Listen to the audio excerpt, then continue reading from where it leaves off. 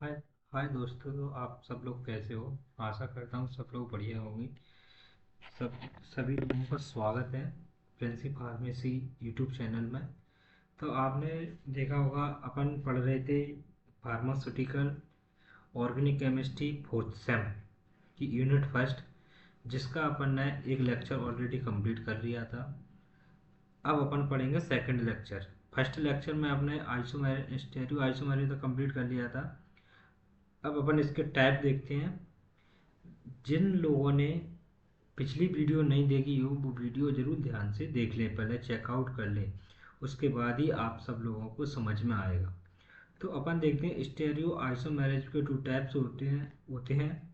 Number एक optical isomerase, number दो geometrical isomerism. तो अपन पढ़ेंगे ऑप्टिकल आइसोमेरिज्म। तो ऑप्टिकल आइसोमेरिज्म क्या होते हैं दोस्तों, मैं आपको समझाता हूँ। टेंशन मत लीजिए, एक केमिस्ट्री है, एक ऑर्गेनिक केमिस्ट्री समझ में आ जाए बस, फिर कोई दिक्कत नहीं है, पल्ला नहीं है। यदि समझ में नहीं आई तो तुम्हारे दिमाग से भी बाहर जाएगी।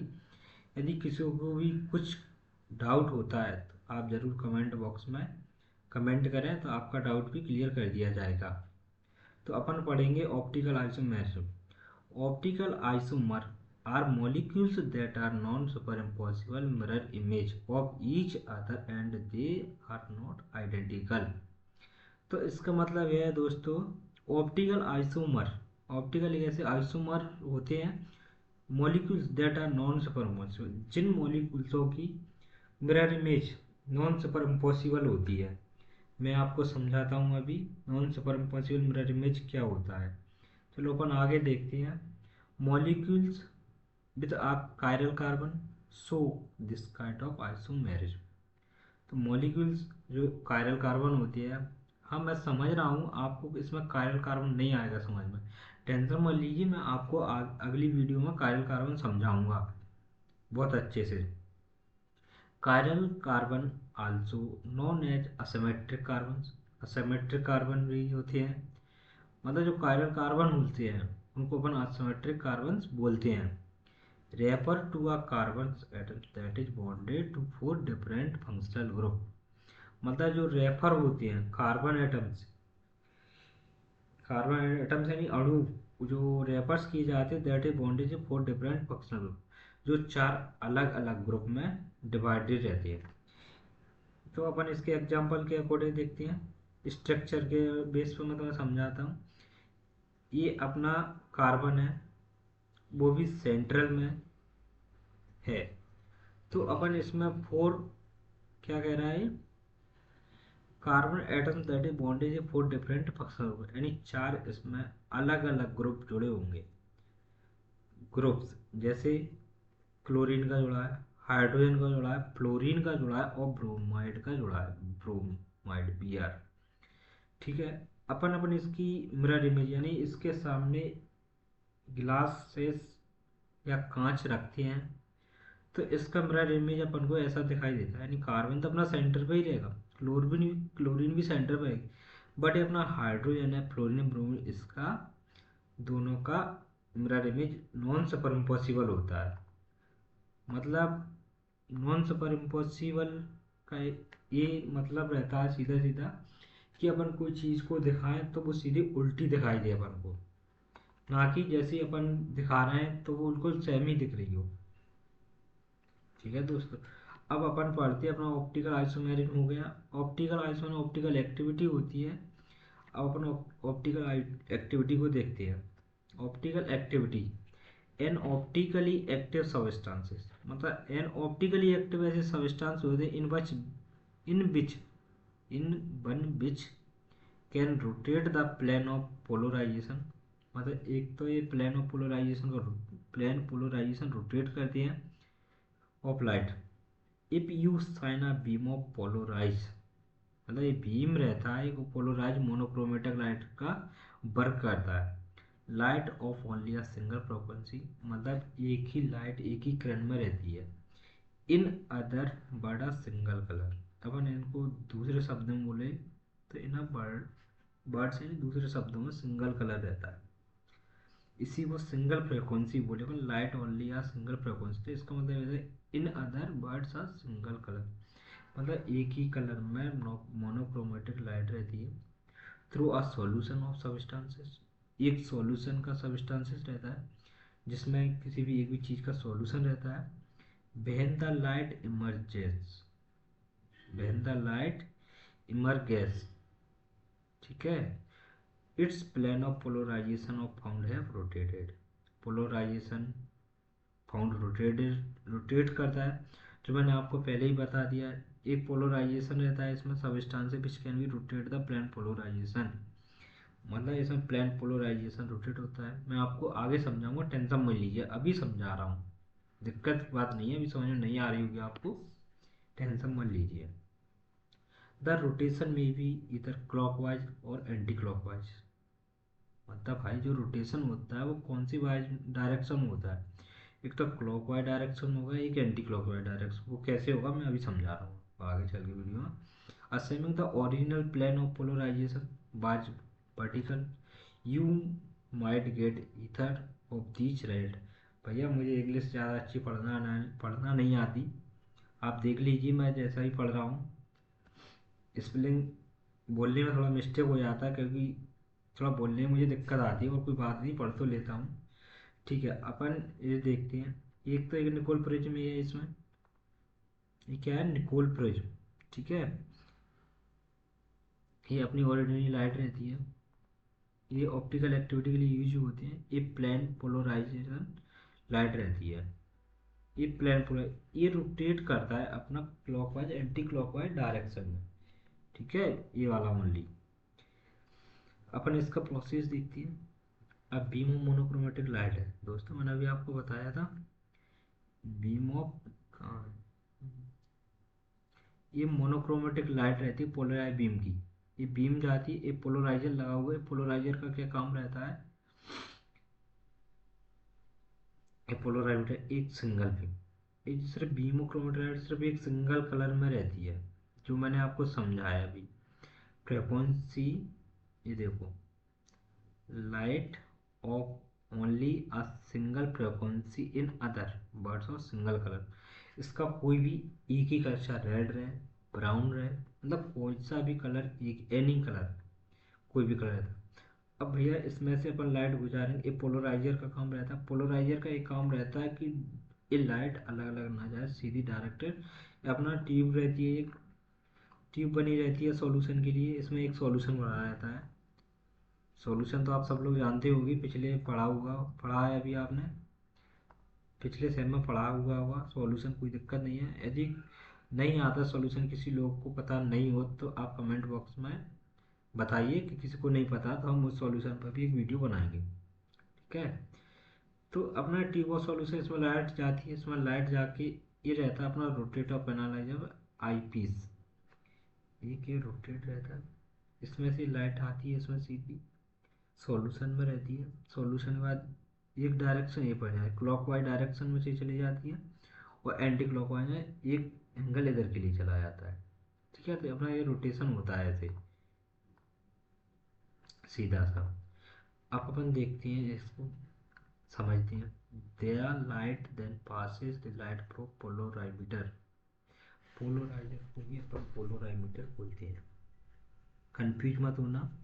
Tube is main working, we have to check optical activity, मतलब इस ट्यूब का काम, अपना वर्क क्या रहता है, वो ऑप्टिकल एक्टिविटी चेक करता है, ऑप्टिकल एक्टिव है, अनएक्टिव है, कंपाउंड कायरल है, अकायरल है, मतलब सिमेट्रिक असिमेट्रिक।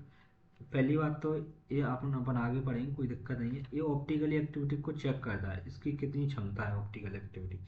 मैं ऑप्टिकल एक्टिविटी समझाऊंगा आपको, टेंशन मत लो। ऑप्टिकल एक्टिव समझा दिया वैसे तो, फिर भी और भी समझ में नहीं आया तो कमेंट करिए, मैं और अभी आप अच्छे से समझाऊंगा। सेकंड पॉइंट देखते हैं इन द पीपीएल। पीपीएल का दोस्तों फुल फॉर्म है plane polarize light goes unaffected to stand and solution the compound. Goes unaffected, अलग अलग दिशाओं में नहीं जाती है, stand the solution of compound in optically inactive.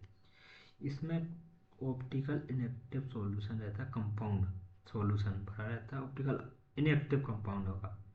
But if the plane polarizer rotate the compound solution is optically active। लेकिन इसमें optically inactive compound inactive कंपाउंडों का सॉल्यूशन होगा, बट ये रोटेट करेंगे, प्लेन पोलराइज रोटेट करें तो वो ऑप्टिकली एक्टिव में चेंज हो जाते हैं।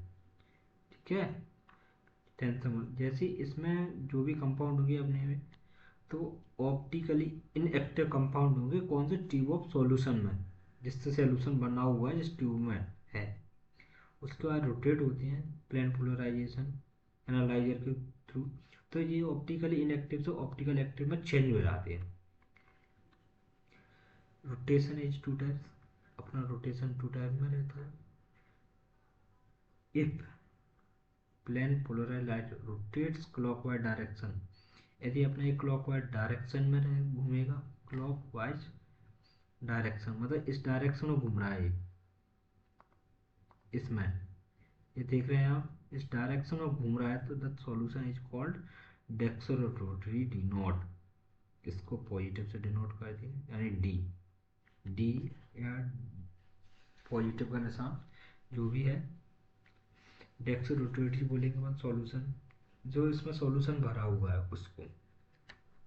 ऑप्टिकल एक्टिव कंपाउंड तो पाई जाते हैं, अपन इसका टू टाइप से रोटेशन का, एक सेकंड टाइप देखते हैं, आईपीएफ है एंटी क्लॉकवाइज डायरेक्शन में, the solution is called laevo rotary, मतलब जो सॉल्यूशन होता है डायरेक्शन में, जो एक एक डायरेक्शन में कोई क्लॉकवाइज, अपन इसको बोलेंगे डेक्सोरोटरी, और एंटी क्लॉकवाइज बोलेंगे लीवर रोटरी, यानी निगेटिव चार्जेस में।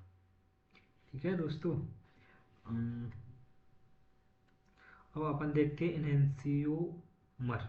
एनहेंसियोमर क्या हो रहती है, इफ आप पेयर ऑफ स्टेरियो आइसोमर, एक जोड़ा होता है स्टेरियो आइसोमर का, मैंने आपको समझा दिया क्या होता है, are non superimposable mirror image of each other then the enantiomer, मतलब मिरर इमेज रहती है वो भी नॉन सुपर इम्पॉसिबल रहती है, and the process of formation of enantiomer, मतलब इनसे जो बनने की प्रोसेस, फॉर्मेशन यानी बनना, जो प्रोसेस बनती है by the rotation of 180 degree is called enantiomer, बनने उसके लिए एक एंगल की जरूरत रहती है, वो 108 डिग्री में यदि वो रोटेशन करता है और फॉर्मेशन क्या एनहेंसियोमर बनाता है, एनहेंसियो तो अपन इसको बोलेंगे एनहेंसियो मैरिज, एनहेंसियो मैरिज।